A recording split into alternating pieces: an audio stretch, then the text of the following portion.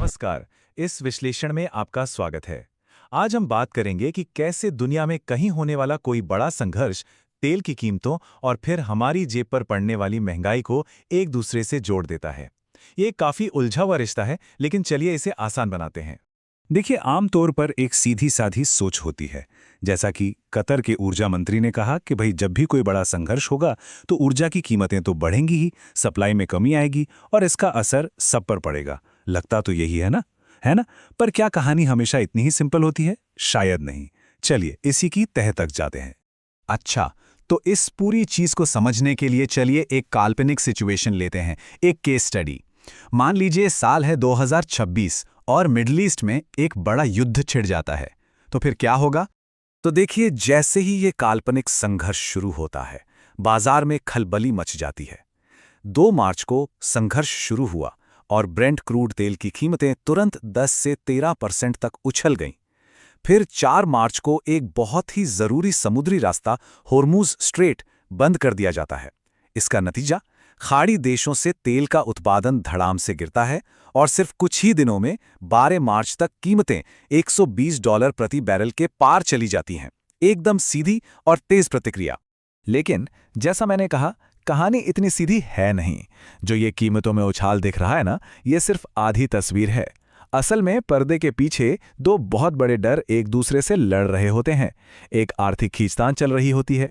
ये 2 डर कौन से हैं? पहला डर है सप्लाई का, मतलब बाजार को लगता है कि कहीं तेल की सप्लाई ही ना रुक जाए, और ये डर ये कीमतों को ऊपर की ओर धकेलता है। लेकिन ठीक उसी वक्त एक दूसरा डर भी काम कर रहा होता है, मंदी का डर। मतलब इस लड़ाई झगड़े से पूरी दुनिया की अर्थव्यवस्था ही धीमी पड़ जाएगी, लोग खरीदारी कम कर देंगे, फैक्ट्रियां बंद हो जाएंगी, और ये डर कीमतों को नीचे खींचता है। तो एक ताकत ऊपर खींच रही है, दूसरी नीचे। तो चलिए इस खींचतान में पहले उस ताकत को समझते हैं जो कीमतों को ऊपर ले जाती है। मतलब जब सप्लाई बंद होने का डर सबसे बड़ा हो जाता है। वापस अपने 2026 वाले उदाहरण पर आते हैं। उसमें सबसे बड़ा मोड़ क्या था? हॉर्मुज स्ट्रेट का बंद होना। अब ये जगह इतनी जरूरी क्यों है? समझिए कि ये दुनिया की एनर्जी सप्लाई की सबसे अहम नसों में से एक है, एक चोक पॉइंट। और आंकड़ा देखिए, ये सच में चौंकाने वाला है। पूरी दुनिया की कुल तेल और एलएनजी सप्लाई का 20% हिस्सा, सोचिए 20%, इसी एक पतले से रास्ते से गुजरता है। तो जाहिर है, अगर यहां कोई भी गड़बड़ होती है तो ये पूरी दुनिया के लिए एक बहुत बड़ी खबर बन जाती है। और जब ये रास्ता बंद होता है तो उसके नतीजे देखिए। खाड़ी के बड़े बड़े तेल उत्पादक देशों को अपना प्रोडक्शन 10 मिलियन बैरल हर रोज से भी ज्यादा घटाना पड़ता है। कतर एनर्जी जैसी कंपनियां फोर्स मेजर घोषित कर देती हैं, जिसका सीधा मतलब है कि अब हमारे बस में कुछ नहीं, हम सप्लाई नहीं दे सकते। यहां तक कि इंटरनेशनल एनर्जी एजेंसी इसे इतिहास की सबसे बड़ी ऊर्जा सुरक्षा चुनौती कह देती है। मतलब हालात बहुत गंभीर हो जाते हैं। ठीक है, ये तो हुई सप्लाई के डर की बात, लेकिन अब उस दूसरे डर का क्या? क्या होता है जब मंदी का डर यानी डिमांड कम होने का डर ज्यादा भारी पड़ जाता है? इसके लिए एक काल्पनिक नहीं बल्कि एक असली उदाहरण देखते हैं। 9/11 के आतंकवादी हमले। ये एक ऐसा जियोपॉलिटिकल शॉक था जिसने सप्लाई से ज्यादा डिमांड पर असर डाला। इसने पूरी दुनिया में एक अनिश्चितता का माहौल बना दिया और अर्थव्यवस्था पर लोगों का भरोसा हिल गया। और इसका असर तेल की कीमतों पर देखिए, ये बहुत ही दिलचस्प है। हमले के ठीक बाद कीमतों में 5% का उछाल आया, एक इंस्टेंट रिएक्शन। लेकिन सिर्फ 14 दिन बाद कीमतें 25% नीचे गिर गईं। ऐसा क्यों? क्योंकि बाजार पर सप्लाई की चिंता से ज्यादा आर्थिक मंदी का डर हावी हो गया। डर यह था कि अब लोग सफर कम करेंगे, बिजनेस ठप हो जाएंगे और तेल की डिमांड ही खत्म हो जाएगी। तो यहां डिमांड का डर जीत गया। तो अब मान लीजिए कि खींचतान में सप्लाई वाला डर जीत गया और तेल की कीमतें आसमान छूने लगी। तो ये तेल के कुओं से शुरू हुई कहानी हमारी शॉपिंग कार्ट तक यानी रोजमर्रा की महंगाई तक कैसे पहुंचती है? देखिए, अर्थशास्त्री इसके लिए एक शब्द इस्तेमाल करते हैं, ट्रांसमिशन मैकेनिज्म। सुनने में थोड़ा मुश्किल लग सकता है, पर यह है बहुत सीधा सा। चलिए इसके स्टेप्स देखते हैं। सब कुछ शुरू होता है एक जियोपॉलिटिकल शॉक से।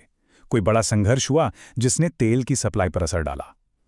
स्टेप 2, कच्चे तेल और गैस की कीमतें आसमान छूने लगीं।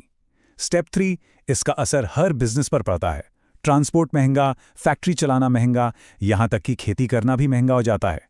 और फिर आता है आखिरी स्टेप, ये सारी बढ़ी हुई लागतें कंपनियों से होते हुए हम तक पहुंचती हैं।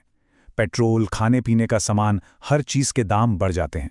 तो ये तो हुई तात्कालिक असर की बात, लेकिन सवाल ये है कि लंबे समय में क्या होता है। ऐसे बड़े झटकों के बाद बाजार खुद को कैसे संभालता है।